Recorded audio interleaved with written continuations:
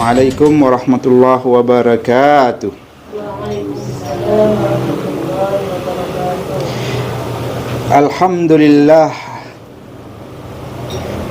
Alhamdulillah alladzi an'ama alaina bi ni'matil iman wal islam. Wassalatu wassalamu ala Rasulillah sallallahu alaihi wasallam wa ala alihi wa ashabihi wa man tabi'ahum bi ihsan, amma ba'd. Ini ada beberapa hal yang bisa menyelamatkan dia dari siksa kubur. Apa di antaranya? Satu, menjaga perbatasan negara atau pemerintah. Mati terbunuh bacaan-bacaan tertentu, mati karena sakit perut, dan mati pada waktu-waktu tertentu. Hal ini bisa menyelamatkan, bisa menolong, bisa menjadi tameng lewat siksa kubur. Itu merupakan satu info yang perlu kita ketahui. Orang yang diselamatkan dari siksa kubur itu menjaga pembatas dan batas negara. Baru mendengar bahwa mereka para penjaga-penjaga itu ada satu bonus dari Allah Subhanahu wa taala, kalau matinya bisa diselamatkan, bisa lari dari siksa kubur itu. Sebagaimana hadis yang diriwayatkan oleh Muslim dari Salamah radhiyallahu an, dan dia berkata, saya mendengar Rasulullah sallallahu alaihi wasallam bersabda begitu. Ribatu yaumin wa lailatin khairun min siyami syahrin wa qiyamihi wa immata jara alaihi amaluhu alladhi kana ya'maluhu wa ujriya alaihi rizquhu wa umina al-fattan. Apa artinya? Menjaga perbatasan negara sehari semalam adalah lebih baik daripada berpuasa disertai sholat malam selama 1 bulan. Dan jika dia meninggal, maka mengalir kepadanya amal yang pernah dilakukannya, dan dialirkan kepadanya rezekinya serta dipelihara dari siksa kubur. Hadis bisa memukau kita bahwa amal itu bukan amal kecil. Begitu pedulinya keamanan negara dan keutuhan daripada warganya, maka Allah Subhanahu wa taala memberikan satu bonus pahala yang besar. Dikala dia meninggal nanti, para penjaga-penjaga ini dibebaskan oleh Allah dari siksa kubur. Itu diantaranya tuh. Terus gimana kalau satpam? Satpam apa dulu? Satpam masjid, satpam kampus, satpam rumah sakit. Satpam pasar apa, Bu? Itu kan penjaga, itu kan resmi dari negara, Bu, Dan dia memang satu tentara yang terlatih, digunakan untuk menjaga keutuhan dan keamanan negara. Maka di sini agama memberikan satu hadiah, bahwa dia nanti kalau dipanggil oleh Allah, dia diamankan dari siksa kubur. Ini luar biasa itu, Bu.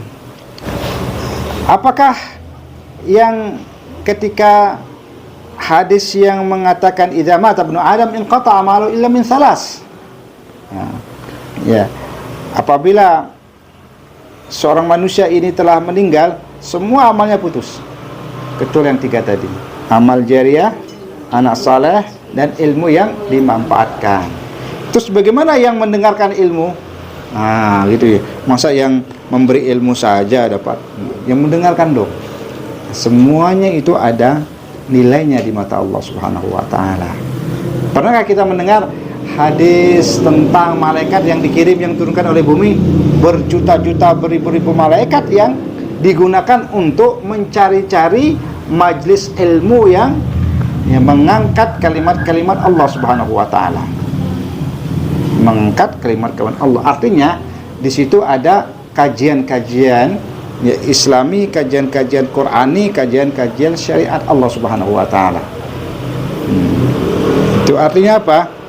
Ya, semoga yang mengaji dan yang dikaji, yang memberi dan yang menerima ilmunya Allah Subhanahu wa taala dan dibacakan ya kalimat-kalimat firman Allah Subhanahu wa taala itu pasti akan diberi oleh Allah Subhanahu wa taala gan yang sesuai. Ya. Serius dan ikhlas karena Allah Subhanahu wa taala. Bagaimana penjelasannya? Adapun penjaga perbatasan negara, maka pahalanya tetap dilipat gandakan oleh Allah sampai hari kiamat. Itu. Berdasarkan pernyataan Nabi di atas. Kita nggak lirik ya. Dan jika dia meninggal, maka mengalir kepadanya amal yang pernah dilakukannya. Nah itu. Jadi jangan kita anggap enteng ya amal yang seperti itu. Bahwa orang yang menjaga ataupun menjadi tentara atau menjadi satpam untuk menjaga keutuhan dan keamanan negara itu benar-benar oleh Allah Subhanahu wa taala itu ya, diberi satu ya, kelebihan. Mari kita simak dulu hadis yang dari At-Tirmidzi mengatakan kullu mayyit yukhtamu ala amali ila alladhi mata murabitan fi sabilillah fa innahu yunma lahu amaluhu ila yaumil qiyamati wa ya'manu min fitnatil qabri rawahu At-Tirmidzi. Setiap mayat ditutup amalnya kecuali orang yang meninggal dalam tugas sebagai penjaga perbatasan negara di jalan Allah. Sesungguhnya amal dan tetap tumbuh sampai hari kiamat. Nah, itu tuh. Dan dia aman dari fitnah kubur. Kata At-Tirmidzi dalam hadis ini adalah hadis hasan sahih. Nah, ini kita perlu ketahui bahwa bagaimanapun ya, amal itu termasuk kerjaan itu termasuk yang diberi skala prioritas di mata Allah Subhanahu wa taala, maka di antaranya adalah ya penjaga negara bebas aman dari siksa kubur. Apakah kita ingin menjadi penjaga negara? Nah, terus gimana kalau kita yang menjadi penjaga Gaza di Palestina situ? Menjadi satu PR buat kita. Artinya gini, bagaimana sih kita ini bisa menjaga? Pertama, iman kita yang harus kita jaga. Kemudian takwa kita yang harus jaga, anak kita yang harus kita jaga dari pergaulan-pergaulan yang saat ini benar-benar meresahkan. Dengan adanya medsos, banyak tontonan, banyak tayangan, banyak ya kan, ya, liputan-liputan yang tidak sesuai, itu juga salah satu menjaga ya dari keamanan akidah. Ya, itu bagaimana itu? Allah akan berikan semuanya. Yang jelas kita bagaimana mendapatkan aman dari siksa kubur itu sendiri. Seperti mereka-mereka yang menjaga ya perbatasan negara itu ya merupakan satu memelihara keutuhan agama. Ya, kalau kita memelihara keutuhan agama anak kita, keutuhan agama suami kita, ya, keutuhan agama untuk cucu kita, nah, ini juga salah satu dari pemeliharaan yang dipayung oleh agama dan negara. Jadi Bapak Ibu tidak usah khawatir, ya masih banyak amal yang lain yang bisa mengimbangi. Gimana kita nantinya itu pastikan diri Anda itu aman dari azab kubur. Setuju? Ibu? Kok ya kena sing suara aku ae. Ngantuk kabeh iki. Ya, kan totolan ya. Ya, ini ya. Kan serius. Jadi kajian hari ini benar serius yang kaitannya dengan ya sampai dengan ayat yang kita baca dari ayat surah Al-Mulk ayat 10 tadi. Wa qalu law kunna nasma'u aw na'qilu ma kunna fi ashabis sa'ir. Sekiranya aku dulu di dunia itu mengaji, mau mendengarkan, ya, mau merenungi, mau tadabbur, aku ini tidak celaka masuk ke dalam neraka. Nah, Kan muqatan buih. Nah, itu kan satu ungkapan, satu informasi, satu wahyu firman Allah Subhanahu wa taala yang telah memberitahu. Jadi Allah tuh nggak salah nantinya, Bu. Sehingga nanti Ibu nggak usah menyalahkan Allah. Ya. Nggak usah menyalahkan Allah, karena Allah sudah memberi semuanya hukum-hukumnya yang kaitannya sekarang, kaitannya nanti. Ya. Nah, ini kan bergilir dan bergulir. Di antara kita ini siapa yang mau daftar duluan, ya silakan. Kalau bisa saya belakangan. Enak ya kalau Bu Husnul. Kalau bisa daftar aja. Iya, gitu. Ya kan? Nah, yang jelas silakan daftar, saya belakangan saja. Ya, maaf Bu ya. Ya gitu ya. Ya. Yang perlu kita ya pikirkan, ya Allah, sekali-sekali ya Allah, gimana nanti nasibku di akhirat kelak. Perlu itu kita berbahasa gitu di mata Allah. Perlu kita berbahasa itu dengan keyakinan kepada Allah. Iya, walaupun ya orang sekeliling kita tidak tahu, biarkan Allah yang tahu. Itu dia. Ya Allah, gimana Pak Praun duluan temanku. Kita nggak tahu, itu takdir sudah, tidak ada. Maka dikatakan la yastami'u isnani wa la yatafarraqan illa biqada'in wa qadar. Tidak ada yang ketemu dalam ruangan ini atau yang akan berpisah kecuali dengan qada Allah dan takdir Allah. Nah, ini merupakan satu kira-kira modal utama ya kajian ini, mendengarkan perintah-perintah Allah dan informasi-informasi Allah Subhanahu wa taala. Nah, begitu juga tentang ya salah satunya yang berhak untuk mendapatkan aman sisa kubur, penjaga perbatasan negara demi untuk keamanan agama di jalan Allah. Yang kedua itu bisa dikatakan mati yang terbunuh, al-qatil wal maqtul finnar. Tapi beda dengan orang yang ingin membunuh, Bu. Pembunuh dan yang dibunuh dua-duanya ke neraka, Bu. Karena memang sengaja atau ingin membunuh dia. Tetapi kalau kita ini terbunuh dan membela kehormatan, tidak, syahid tidak.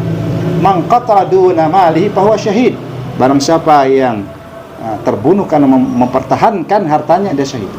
Man qatala duna irdihi fahuwa syahid. Dan siapa yang terbunuh karena mempertahankan, memperjuangkan serta menjaga kehormatannya, dia syahid. Ya. Itu termasuk juga orang-orang yang terbunuh aman. Tapi kalau ada memang saling dengki dan mendengki, saling benci membenci, saling bunuh membunuh, itu beda sudah. Ya kan? Kategori itu beda di mata Allah Subhanahu wa taala. Dia tanya, "Kok gitu ya Nabi? Dia kan terbunuh." Iya, kebetulan aja keduluan dia terbunuh. Nah, gitu.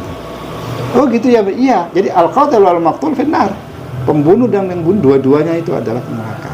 Tapi kalau dia untuk menjaga kehormatannya, menjaga rumah tangganya, menjaga hartanya, menjaga agamanya, insya Allah di mata Allah itu adalah syahid. Itu ya. Ya, nah ini yang perlu kita, yang Bapak Ibu, yang perlu saya tekankan satu kalimat tadi, yaitu menjaga perbatasan negara kaum muslimin, ya, tersebut adalah namanya dalam istilah hadisnya namanya murabit. Namanya murabit. Baik dia penunggang kuda atau pejalan kaki. Ya, baik dia penunggang kuda ataupun pejalan kaki. Ya, ini sudah disabdakan ya kepada Rasulullah sallallahu alaihi wasallam yang seperti itu. Ya. Sampai-sampai ya kalah orang yang tahajud, ya, sampai-sampai kalah amalan orang-orang yang berpuasa. Ya, baik berpuasanya itu 100 tahun. Sebagaimana sungguhnya menjaga perbatasan negara sehari di jalan Allah demi memelihara aurat kaum muslimin dengan niat mencari pahala Allah pada selain bulan Ramadan adalah lebih besar pahalanya daripada beribadah 100 tahun. Ya, berupa puasa dan sholat. Nah, itu kan luar biasa ya. Informasi yang seperti itu. Allahu a'lam hal yang seperti itu. Ya, mudah-mudahan kajian kecil ini tidak banyak orang yang hadir. Ya, mudah-mudahan tema yang kecil ini tidak banyak orang yang tahu, tapi kita hari ini tahu, dan ini menjadikan dedikasi dan edukasi kita lebih mengerti tentang ajaran Islam, tentang ajaran yang disampaikan oleh Rasulullah sallallahu alaihi wasallam.